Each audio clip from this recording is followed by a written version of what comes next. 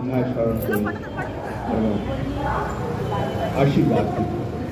মধ্যযুগীয় সমস্ত সাধু যারা হিন্দু মুসলমান নির্বিশেষে সাধনায় একটু হাসো বাবা, একটু হাসছে না দাদু নানক সমস্ত এটা ইউটিউবে ছাড়বো, তোমরা মুখ দেখলে না দেখো।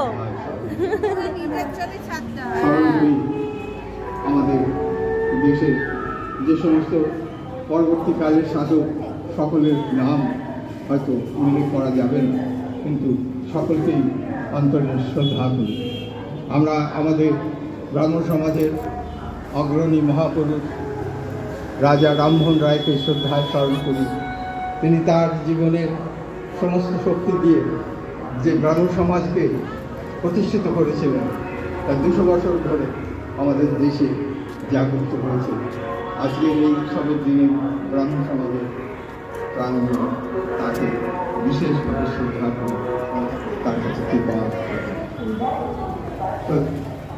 স্মরণ করি রামচন্দ্র বিদ্যাবাগীশকে।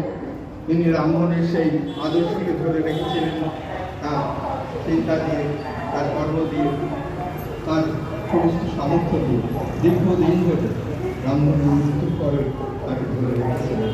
আর সেই রামচন্দ্র বিদ্যাবাগীশকে কি হলো এখানে একটু দেখাও না, এই যে জেঠিমা যাবে না, মাসিমা যাবে না, একটু দেখাও।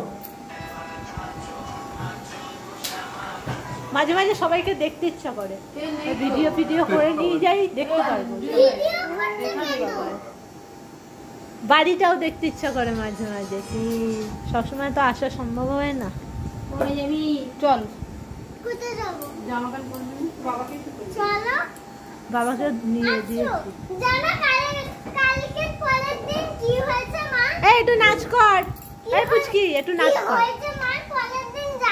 আগের দিন না,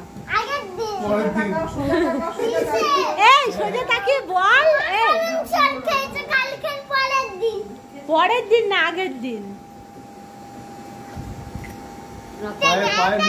একটু আবৃত্তি কর, আবৃত্তি কর, এই আবৃত্তি কর।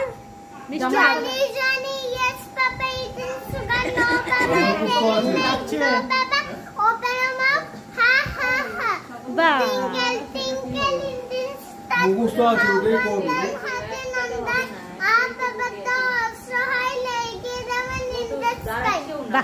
Very good. আস্তে আস্তে ও তো তাড়াতাড়ি বললে বুঝতে পারবে না। মনে আছে সকালবেলা যে কতবার করে বললো, তুই তো বসে করলে তো মনে থাকবে। বসে করলে এক সেকেন্ড বলেছিলাম,